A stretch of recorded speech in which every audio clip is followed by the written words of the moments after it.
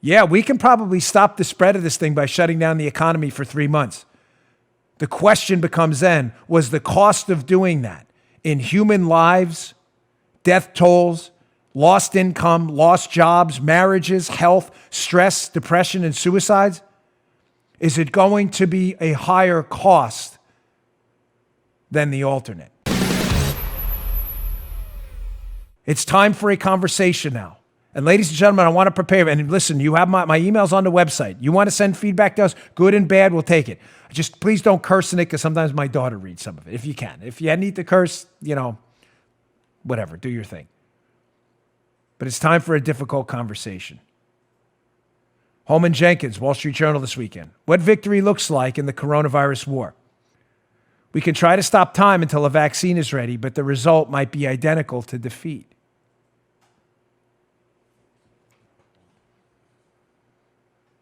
Folks, I think I can speak for Joe too, and I'll take some liberties here and correct me if I'm wrong, but I know I speak for Paula because this is something that's been eating her alive all weekend. We went out this weekend a little bit. Not out like partying or anything, but we went out because we have to eat. And, like everyone else, we're trying to conserve our food. And also, Paul and I, you've been very generous to us over the years. We grew up, both of us, quite poor. I don't want to see anybody go through that. I don't want to see bankruptcy. We're doing our best to support local businesses. Everybody is. Believe me, this is not a moment of self-praise. Hey, look at me. I'm not virtue signaling anyone. You're all doing your part. I've seen it. I follow people on Twitter. Everybody's doing. Tip big. Do whatever you can to keep your local restaurants and all the other businesses too. It's not just restaurants. Anything you can do. If you are in a position where your income is stable right now, please help them out. Please.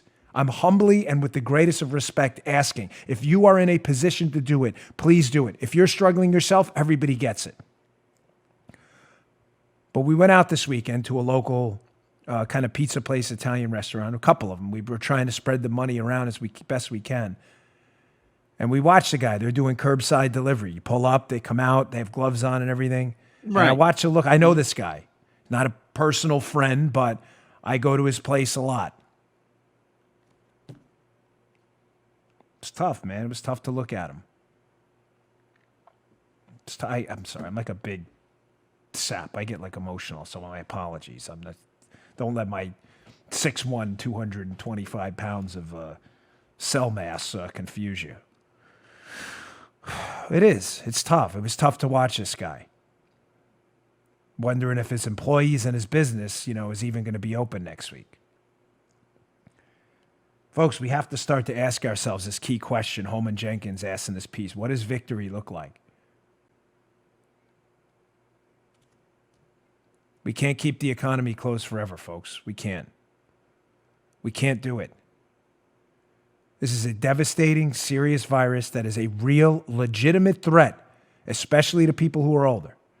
The threat diminishes, thankfully, if you're young and healthy, but it's still a threat. We have never, ever said otherwise, despite the fact that media hacks will try to characterize everyone who doesn't parrot their gaslighting. So what have we said from day one? There's no question it's serious. The question is how serious? And what is the appropriate response based on gauging how serious that threat is? Ladies and gentlemen, airliners crash every year. We don't shut down air travel because there's a threat. It's a serious threat, right? No one denies that. Airplanes crash, thankfully not often, but they do. But we don't shut down air travel because we realize that the threat and the shutting down of air travel, if we were to do that because a plane crashes, that the entire world economy would collapse, and the outcome from that would be far worse than just dealing with the threat reasonably. Yeah. Jenkins asks a question, and he says this: is it time to start opening up the economy, engaging 3 different levels of threat? For those who are elderly or have conditions which put them in a high-risk category, asthma, diabetes, immunocompromised, whatever it may be, you are in a high-risk category. Is it time to tell those people you are going to have to take some drastic measures? We may need you to self-quarantine for a while because you are at high risk. Is it time to tell others? This is Jenkins' proposal. You can read the piece yourself, but it's time to start having serious, hard conversations. Is it time to tell everyone else, listen, wash your hands, Take protective measures. If you can get some hand sanitizer, fine. Keep your house clean. Keep yourself, obviously, clean. Keep your hands clean. Stay away from people you know are sick. But is it time to say we've got to open this economy back up?